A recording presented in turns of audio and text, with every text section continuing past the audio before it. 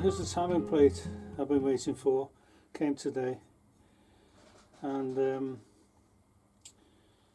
this is the original one, and I mentioned this in the last video.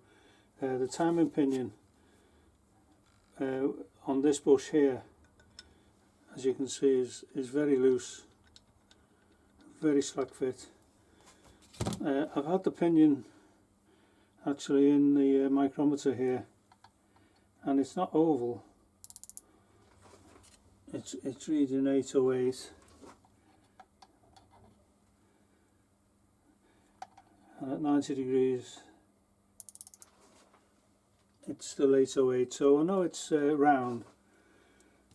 And what I found is with this new plate that came, the timing pinion just won't go in, so I'm very happy about that, because all I need to do now is to ream this out to suit this timing pinion, and I'm back to a good bush there. I was going to make a bush out of this piece of phosphor bronze I've got, but a lot of work involved in that, but I'm really happy that this bush is quite tight, really lucky there. So I've got a reamer, an adjustable reamer. I'm now going to have a go reaming this out to suit the timing pinion, if that makes sense.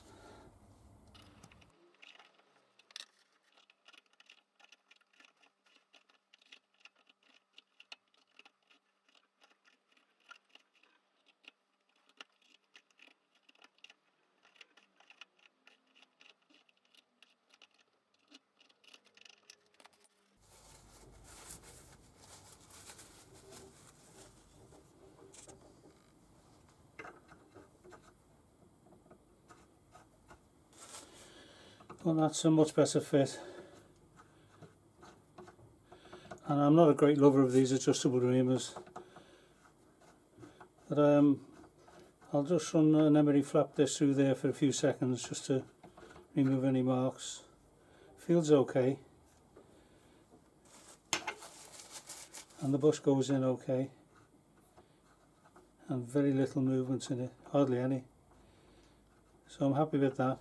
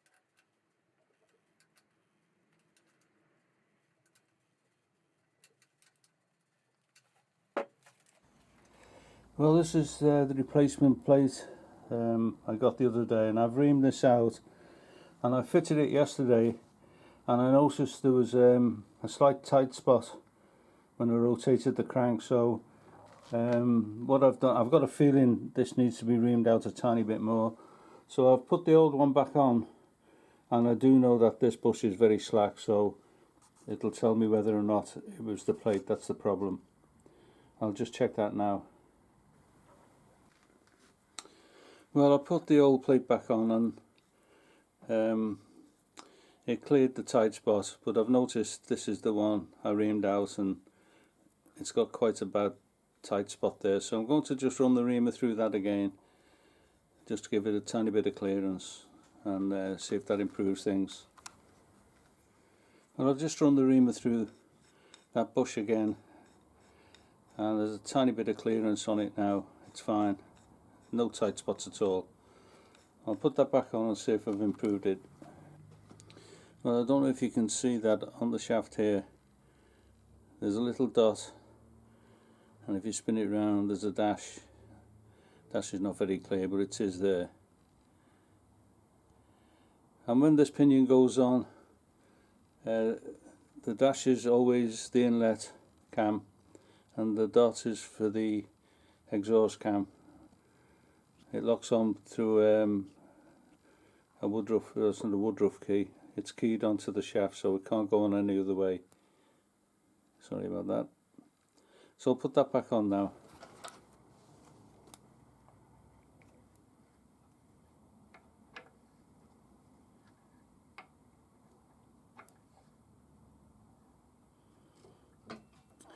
Well, that's the two dashes lined up on the inlet cam.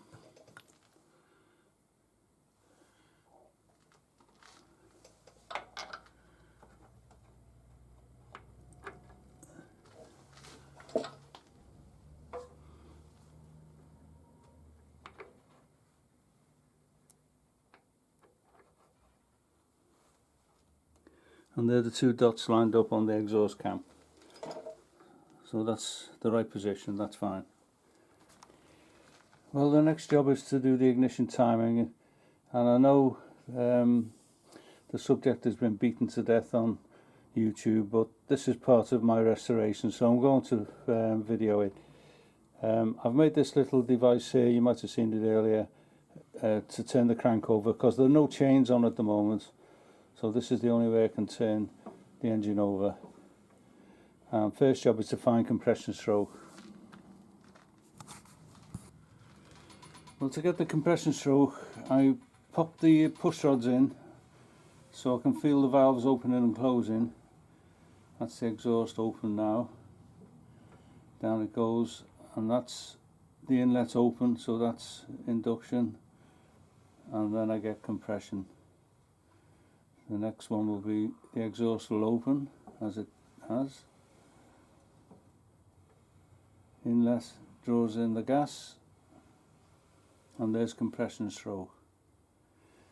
The next job is to find top dead center.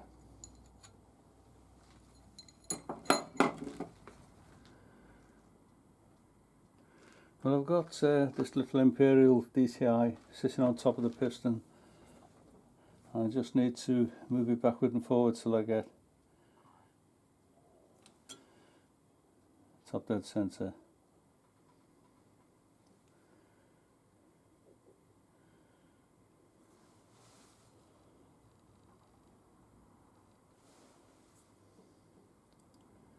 Well, that's pretty close.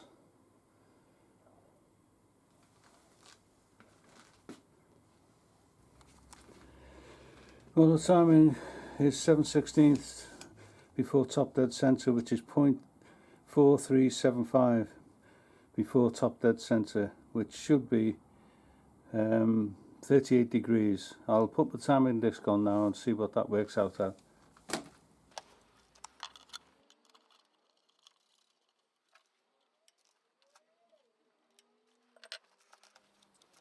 Well, I'm still on top dead center, and I've set the timing dial at 0 there.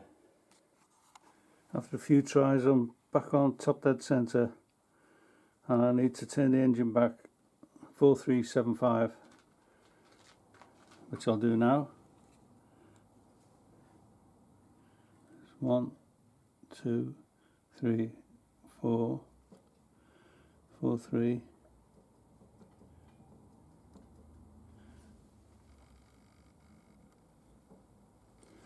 Sorry about my head, but I'm bang on 4375 now.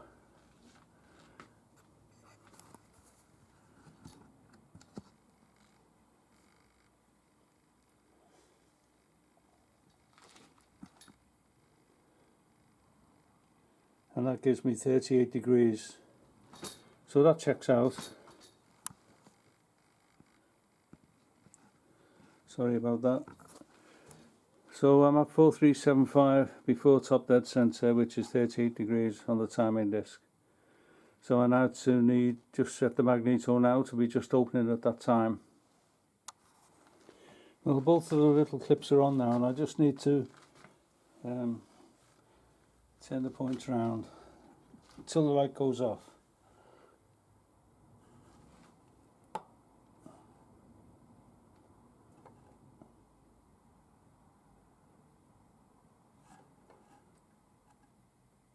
Just do the second time, that's just it. I'll do it the third time. The light's off. The points have just opened at that point there.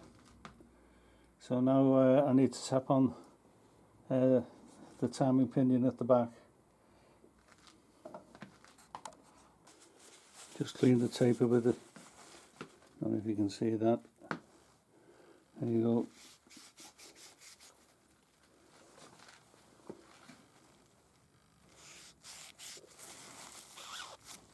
I've already cleaned the taper on the magneto, so it's time to tap this on now.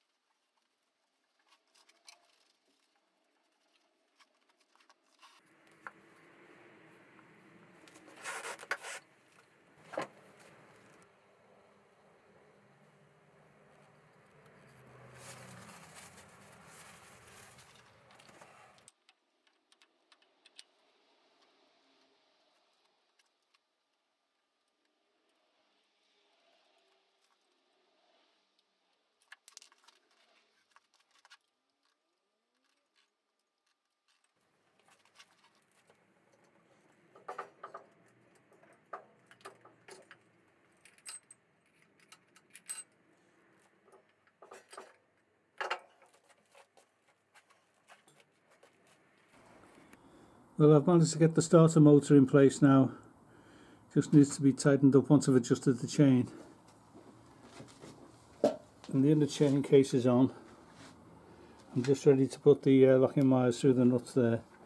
It took me ages to get the little chain on that goes from the starter motor up to this device here. I didn't film it. I would have been arrested for all the effing and blinding. But I managed to get it on in the end. I'll just keep moving on with this now. So that's the inner chain case in place.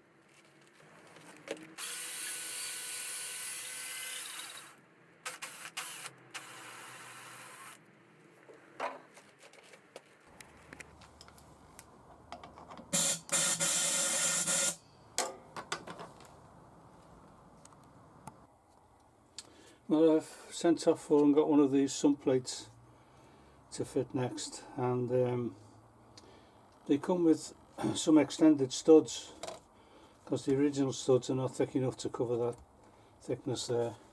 But what I've found is that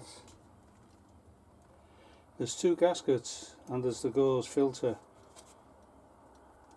and if you push this into what would be into the crankcase, you've not really got enough threads on the end here to put a nut and washer on.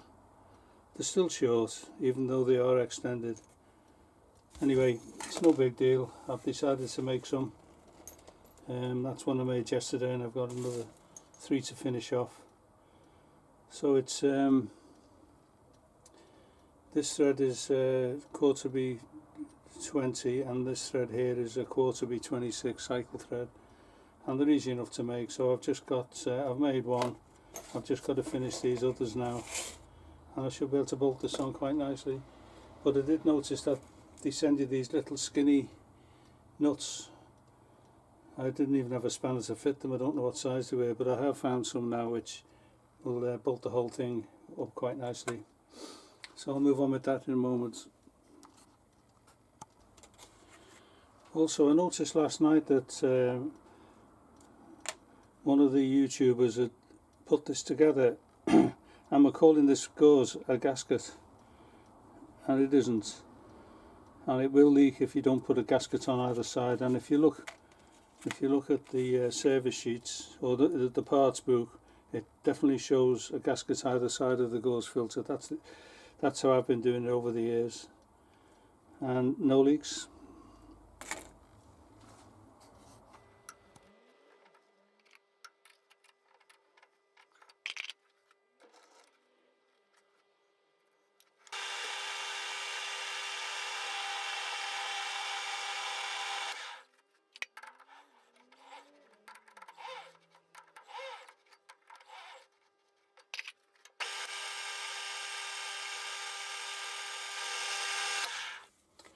Well, I've finished making these little studs now. This side is quarter B20 and this is quarter B26 cycle thread. They're the original ones, but these just need to be cut to the exact length now. There's a little bit extra length on them, so I'll be doing that next. Well, here's a little tip. If you want to screw your lock nuts together, if you put a washer between them, as you can see, it makes it much easier to get the second nut on.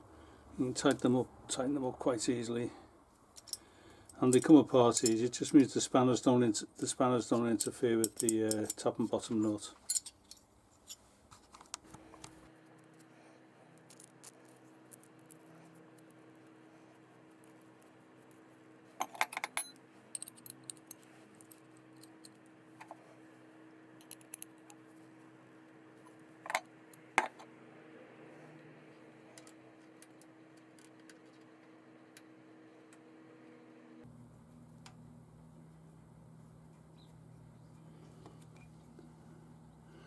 I'm filming this to a mirror so everything's backwards for me, so I'll manage that, no problem.